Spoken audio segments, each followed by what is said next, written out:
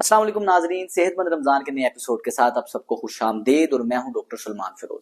आज का एपिसोड नींद के हवाले से बहुत ही ज्यादा फायदेमंद होने वाला है। नाजरीन, मॉडर्न लाइफस्टाइल के अंदर लोग नींद के हवाले से बहुत ज्यादा परेशान रहते हैं। सोने जागने की रूटीन खराब है, रात को सही टाइम पे नींद नहीं आती, बिस्तर पे जाके अगर सही टाइम पे लेट भी जाते हैं तो दिमाग चलता रहता है, नींद नहीं आती। नींद की गोली खाए बगैर आपको नींद नहीं आ सकती। तो ये बहुत सारे ऐसे मसाइल हैं जिसके अंदर लोग मुब्तला हैं। तो आज के इस एपिसोड के अंदर हम डिस्कस करेंगे कि हम किस तरह से कुदरती तरीके से अपनी नींद को बेहतर बना सकते हैं। साथ ही साथ हम जानेंगे कि नबी पाक सल्लल्लाहु अलैहि वसल्लम का सोने का तरीका मुबारक क्या था। इसके साथ साथ हम जानेंगे कि हम लोग किस तरह से ऐसी वर्जिशें हैं जो करें और हमारी नींद की क्वालिटी और क्वांटिटी बेहतर हो सकती है। तो ये सब कुछ आज के एपिसोड में है, इसे अंत तक लाजमी देखिएगा।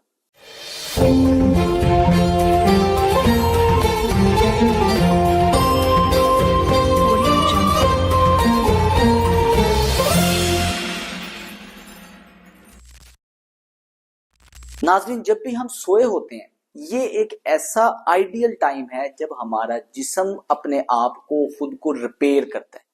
अगर हमारी नींद डिस्टर्ब रहेगी, आपका जिस्म खुद को रिपेयर नहीं कर पाएगा, तो इससे आपको काफी ज्यादा फ्यूचर में बीमारियां होने के चांसेस बढ़ जाते हैं।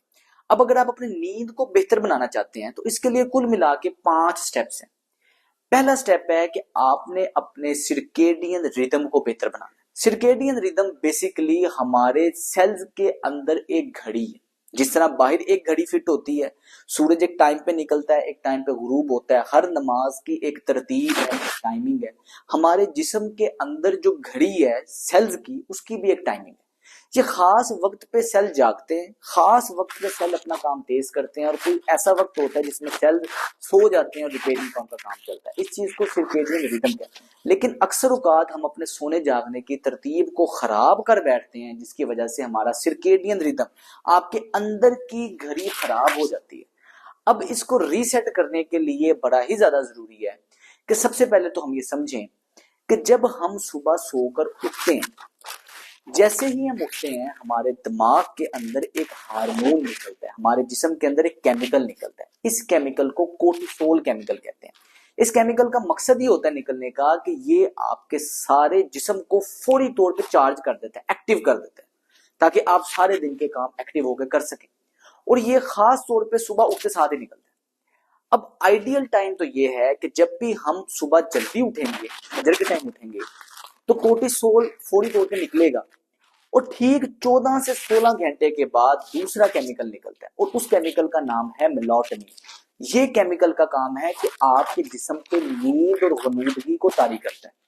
अब आप ये फर्ज करें कि फजर की नमाज के टाइम पे आप उठे हैं, आपके जिस्म के अंदर कोर्टिसोल लेवल निकला है जिसको सही टाइम पे निकलना चाहिए, और ठीक 14 से 16 घंटे बाद, मतलब ईशा के बाद 10-11 बजे के पास पास, आपका दूसरा हार्मोन मेलाटोनिन बनना स्टार्ट हो जाएगा और आपको खुद नींद जल्दी आएगी। लेकिन अगर हम सुबह सोकर ही 1-2-3 बजे उठेंगे तो उसका नुकसान ये होगा कि आपका जो पहला हार्मोन है, अगर आप 1 बजे उठे हैं, कोर्टिसोल निकलेगा 1 बजे, और इसके ठीक 14 से 16 घंटे बाद, मतलब 4 से 5 बजे जाके आपका मेलाटोनिन हार्मोन निकलेगा, तो आपको नींद आएगी कितने बजे? 4-5 बजे। इससे आपका स्लीप वेक साइकिल डिस्टर्ब हो गया। ठीक करने का तरीकाकार क्या है कि वैसे तो आपको चाहिए कि सारी नमाजें बाजमात पढ़ें, लेकिन फजर और मगरिब की नमाज ऐसा खास टाइम पीरियड है जिसके अंदर आइडियल टाइम है हमारी क्लॉक रीसेट हो जाए। आपने क्या करनी है कि सारी नमाजें मस्जिद में जाकर पढ़नी है, लेकिन फजर और मगरिब पे खास तवज्जो देनी है, क्योंकि जब भी हम फजर के लिए निकलते हैं, मस्जिद में जाते हैं, सूरज का लो स्लोप एंगल होता है, वो जब हमारे जिस्म पर पड़ता है, हमें कुछ नहीं करने की कोशिश करनी पड़ती, कुदरती तौर पे हमारा कोर्टिसोल लेवल आपका बढ़ना स्टार्ट हो जाता है और आप फ्रेश एक्टिव हो जाते हैं नमाज के बाद। अब अगर हम मगरिब के टाइम की बात करें, तो मगरिब का टाइम आइडियल टाइम होता है कि उसमें भी सूरज की ढलता हुआ सूरज होता है, लो स्लोप एंगल होता है। उसका फायदा ये होता है, इस कंट्रास्ट लाइट जब हमारे ऊपर पड़ती है, उसका फायदा ये होता है कि जो नींद तारी करने वाला हार्मोन है, गनूदगी तारी करने वाला हार्मोन है, वो कुछ ही घंटों में सिक्रीट होना शुरू होता है, जिसकी वजह से आपको 10 बजे के पास पास नींद आना शुरू हो जाएगी। तो कोशिश करें कि सारी नमाजें बाजमात पढ़ें, लेकिन फजर और मगरिब के खास तौर पर मस्जिद में जाने का इत्माम लाजमी करें। दूसरा स्टेप ये है कि आपने अपने स्लीप वेक साइकिल को बेहतर बनाना है, यानी कि बिस्तर पे जाने का टाइम आपका एक फिक्स होना चाहिए। रमजानुल मुबारक के अंदर देखा ही जाता है कि आजकल लोगों ने कोशिशें करते हैं सहरी करके ही सोएंगे, सारी रात जागे रहते हैं, मोबाइल देखते रहते हैं, स्क्रॉलिंग करते रहते हैं या बाहर क्रिकेट वगैरह खेलते रहते हैं, तो सारी रात जागे रहते हैं और उसके बाद जाके फजर के बाद सोते हैं, जिसकी वजह से वो अपने अंदर की सर्केडियन क्लॉक को खराब कर बैठते हैं। तो हमें करना ये है कि तरावी के बाद घर आए, फैमिली को टाइम दें और उसके बाद सो लें, क्योंकि ये आइडियल टाइम है। तरावी लाजमी पढ़ें, लेकिन उसके बाद तरावी के बाद आपने सो लाजमी जाना है और सो के उठने के बाद आपने सहरी करनी। इसके साथ सोने से पहले आपने मोबाइल फोन, स्क्रीन, लैपटॉप का इस्तेमाल नहीं करना। कोई सोने से पहले फिल्म वगैरह नहीं देखनी। उसकी वजह यह है कि जैसे ही ये स्क्रीन की ब्लू रेज हमारी आंखों में जाती हैं तो हमारा कोर्टिसोल लेवल बढ़ना शुरू हो जाता है और जो आपका नींद आवर गनूदगी पैदा करने वाला हार्मोन है जिसको मेलाटोनिन कहते हैं वो कमी की तरफ चले जाता है और आपकी नींद उड़ जाती है। इसलिए स्क्रीन का इस्तेमाल रात में नहीं करना। साथ ही साथ कोशिशें करें कि बेड के साथ अपनी एसोसिएशन यानी कि अपने दिमाग का कनेक्शन बेड के साथ सिर्फ और सिर्फ सोने का रखें। हम खाना भी बेड पे खाते हैं, मोबाइल भी बेड पे इस्तेमाल करते हैं, किताबें भी बेड पे पढ़ते हैं, कुरान शरीफ की तिलावत भी बेड पे बैठ के करते हैं। ये हमारे दिमाग की एसोसिएशन मुख्तलिफ कामों के साथ बिस्तर की हो जाती है। तो कोशिश करें बेड पे आपने सिर्फ और सिर्फ लेटने के लिए जाना है, सोने के लिए जाना है, ताकि जब भी आप बेड पे जाएं आपका जिस्म खुद ब खुद दिमाग को सिग्नल भेजे कि भाईजान सोने का टाइम हो चुका है। ये है कुछ स्लीप हाइजीन के असूल जिसको आपको बेहतर बनाना लाजमी है। तीसरे स्टेप पे बारी आती है कहलूले की, यानी कि नैप की, पावर नैप की। अगर तो आप फजर के टाइम उठ गए हैं और आप तरावियों के बाद सो जाते हैं, यानी कि आपके सोने उठने का टाइम बेहतरीन है, आइडियल है, तो आपके लिए कहलूला करना बहुत ही ज्यादा जरूरी है। पावर नैप आपके लिए इंतहाई जरूरी है। तकरीबन आप जोहर असर के दरमियान पावर नैप ले सकते हैं। लेकिन अगर आपकी ये कोशिश है कि आपका टाइमिंग ही खराब है सोने उठने की, तो आपके लिए कहलूला, पावर नैप सख्ती से मना है। आपने दोपहर को नहीं सोना। अगर आपने फजर के टाइम उठ जाना है फिर सारा दिन नहीं सोना, फिर आपने तरावियों के बाद ही सोना है, फिर कहलूला आपके लिए मना है, चाहे आपको जितनी मर्जी नींद आ रही हो, क्योंकि आपके हार्मोन का बैलेंस होना बड़ा ही ज्यादा जरूरी है। इसलिए सोने उठने की रूटीन अपनी बेहतर करें और कहलूला अगर आपकी नींद का मसला है तो आपने नहीं करना। चौथा स्टेप है 10-3-2-1 फॉर्मूला। इसमें जो 10 है इसका मतलब ये है कि सोने से 10 घंटे पहले तक आपने कैफीन इंटेक नहीं करनी। कैफीन कहां से मिलती है आपको? चॉकलेट से, चाय से, कॉफी से, कोला से, सॉफ्ट ड्रिंक जितनी हम पीते हैं, कार्बोनेटेड ड्रिंक। अब आपने इसको अवॉइड करना है और इसका मतलब यह है कि आपका अफ्तार के अंदर बिल्कुल सख्ती से मना हो गया कि आपने कोई कोल्ड ड्रिंक नहीं पीनी, आपने किसी किस्म की चाय कॉफी वगैरह नहीं पीनी। अगर आपको नींद का मसला, अगर आप चाहते हैं कि आपको रात के टाइम अच्छी नींद आए तो अफ्तार के अंदर इन चीजों को छोड़ना बहुत ही ज्यादा जरूरी है। 10-3-2-1 3 का मतलब यह है कि सोने से 3 घंटे पहले तक आपने खाना खा लेना है। मतलब मगरिब की नमाज के बाद आपने खाना खा लेना है, उसके बाद आपने खाना नहीं खाना, क्योंकि खाना मुकम्मल तौर पर हजम होगा तभी आपकी नींद बेहतर होगी। 2 का मतलब ये है कि सोने से 2 घंटे पहले तक आपने स्क्रीन का इस्तेमाल नहीं करना, मोबाइल फोन नहीं देखना। जिस तरह मैंने आपको पहले इसमें बताया कि इससे आपको मेलाटोनिन की प्रोडक्शन रुकती है, आपके हार्मोन का बैलेंस खराब होता है। लास्ट में 1 का मतलब ये है कि सोने से 1 घंटा पहले आपने रिलैक्स होना है, तरावियां पढ़ी, जिसम रिलैक्स किया, फैमिली के पास आए, थोड़ा टाइम दिया और उसके बाद आप आराम से सो गए। 5वां स्टेप ये है कि आपने अपनी खुराक के अंदर मैग्नीशियम की इंटेक को बढ़ाना है। कुदरती मिकदार में मैग्नीशियम आपको मिलता है कद्दू के बीज से। आप कद्दू के बीज अपनी खुराक के अंदर लाजमी ऐड करें, इससे आपकी मैग्नीशियम की इंटेक बढ़ेगी, बेहतरी आना शुरू हो जाएगी। साथ ही साथ अगर आप कद्दू के बीज नहीं ले सकते तो मैग्नीशियम सप्लीमेंट के फॉर्म में भी मिलता है।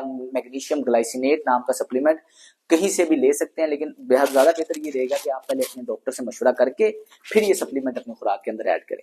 इसके साथ साथ देखा गया है कि कद्दू के तेल की मालिश अगर आप अपने सर पे, अपने पाँव पे करते हैं, या खशकाश के तेल की मालिश अगर आप अपने सर पे और पाँव पे करते हैं, तो आपकी कुदरती तरीके से नींद में बेहतरी आ जाती है। क्योंकि कद्दू के बीजों के अंदर एक इम्यूनो एसिड होता है जिसको कहते हैं ट्रिप्टोफैन। ये भी नींद आवर होता है। इससे आपकी जो मेलाटोनिन मैंने आपको बताया, हार्मोन बताया, उसकी प्रोडक्शन बढ़ जाती है। नाजरीन, यहाँ वक्त हुआ जाता है हमारे अगले सेगमेंट का नाम है प्यारे नबी की प्यारी सुन्नत। नबी पाक सल्लल्लाहु अलैहि वसल्लम का सोने का तरीका मुबारक ये था कि आप इब्तिदाए शब ही सो जाते थे। आप सल्लल्लाहु अलैहि वसल्लम नंगी जमीन पर ना सोते और ना आपको ऊंचे गद्दे पे सोने की आदत थी, बल्कि आप सल्लल्लाहु अलैहि वसल्लम का बिस्तर चमड़े का होता जिसमें खजूर के रेशे भरे होते थे। आप कभी तकिया पर लेटते, कभी अपने रुखसार को हाथ के नीचे रखकर सो जाते। आप सल्लल्लाहु अलैहि वसल्लम बकदरे जरूरत ही सोया करते थे और आपका तरीका मुबारक दाईं करवट पर सोने का था। इसके अलावा नाजरीन, नबी पाक सल्लल्लाहु अलैहि वसल्लम ने उल्टा सोने को मना फरमाया। एक हदीस शरीफ में है कि नबी अकरम सल्लल्लाहु अलैहि वसल्लम का गुजर एक शख्स पर हुआ जो मस्जिद में मुंह के बल सोया हुआ था। आप सल्लल्लाहु अलैहि वसल्लम ने अपने पैर से इसे ठोंका दिया और फरमाया कि खड़े हो जाओ या बैठ जाओ, इसलिए कि ये जहन्नमियों के सोने का अंदाज है। नाजरीन, जब भी हम उल्टा लेटते हैं हमारी रीढ़ की हड्डी को इससे बहुत ही ज्यादा नुकसान पहुंचता है, क्योंकि हमारी रीढ़ की हड्डी एक एक्सटेंशन पोजीशन में जाती है।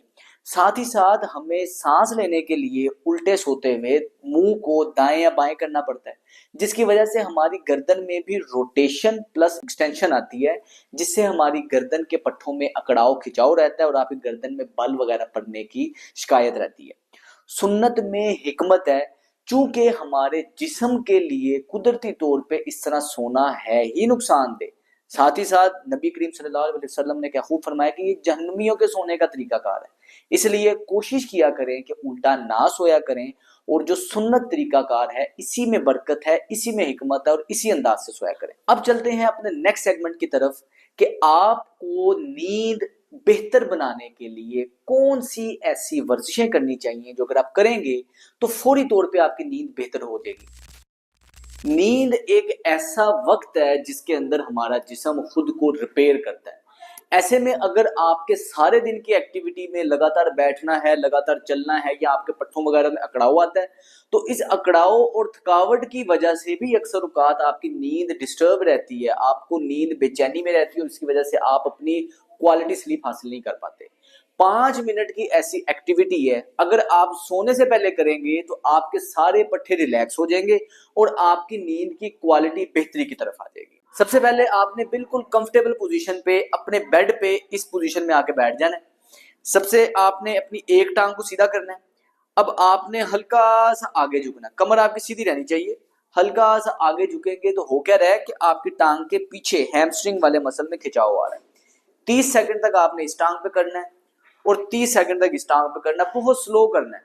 अब इसमें जो मेन की है वो है कि आपने अपनी आंखें रखनी है बंद और नाक से सांस लेना और नाक से सांस बाहर निकालना है।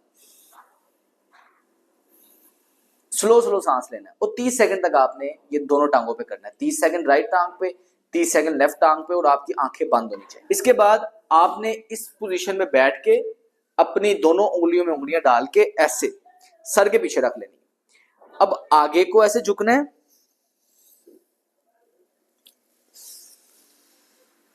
पीछे को आना है।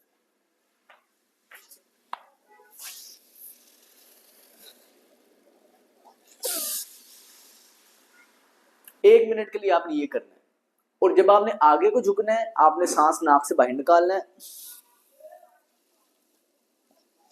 जब पीछे को आना है नाक से सांस अंदर को भर लेना है और जितना मैक्सिमम आप सांस ले सकें आपने करना है। 1 मिनट के लिए आपने इसको करना है और 1 मिनट में तकरीबन आप 12 से 15 दफा करेंगे। स्लो स्लो करेंगे ताकि आपके मसल रिलैक्स रहे। आंखें बंद ही रखनी है। अब आपने जिस तरह अंगड़ाई लेते हैं इस तरह आपने अंगड़ाई लेनी है, उंगलियों में उंगलियां डाल के इस तरह अंगड़ाई लेनी है और सांस लेते रहना। लेफ्ट साइड पे, अपनी राइट साइड पे ऐसे बेंड होना है, गहरे गहरे सांस लेते रहना। आपके सारे साइड के मसल में खिंचाव आएगा, बहुत ही रिलैक्स आप फील करेंगे। गहरे गहरे सांस लेने। सेम यही चीज फिर अपनी दूसरी साइड पे करेंगे ऐसे।